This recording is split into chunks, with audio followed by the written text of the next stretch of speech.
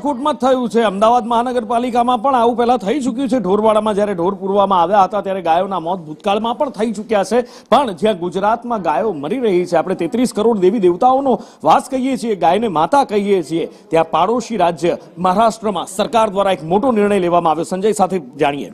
નુપુર, મહારાષ્ટ્રની વિધાનસભાની ચૂંટણીઓની કોઈ પણ સમયે જાહેરાત થઈ શકે છે ને એને લઈને સરકાર ખૂબ જ એક્ટિવ, મહારાષ્ટ્ર સરકાર છે એક્ટિવ જોવા મળી રહી છે કે એક બાદ એક નિર્ણયો લેવામાં આવશે। આજે કેબિનેટની બેઠકની અંદર ગાયને રાજ્ય માતાનો દરજ્જો આપવા માટેનો એક રાજ્યપાલના પત્ર સાથેનો લેખિત ઓર્ડર જાહેર કરવામાં આવ્યો છે, જેમાં જણાવવામાં આવ્યું છે કે ગાય છે એ આપણી સંસ્કૃતિ સાથે સંકળાયેલી છે, એનું ધાર્મિક મહત્વ પણ છે, સ્વાસ્થ્ય માટે પણ ઉપયોગી છે, કૃષિમાં પણ તે ઉપયોગી છે।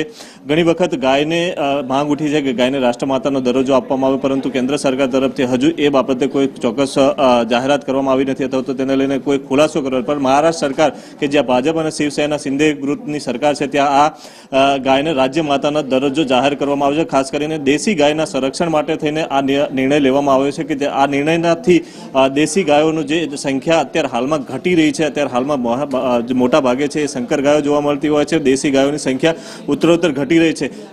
રાજ્ય સરકારના આ નિર્ણયથી દેશી ગાયોનું સંરક્ષણ અને દેખભાળમાં વધારો થશે તેવી પણ શક્યતા વ્યક્ત કરવામાં આવી છે। ખાસ કરીને ડાંગરી અને સેવદાપ જેવી જે દેશી ગાયની નસલો છે તેના સંરક્ષણ માટે આ નિર્ણય ખૂબ ઉપયોગી સાબિત થશે। જી।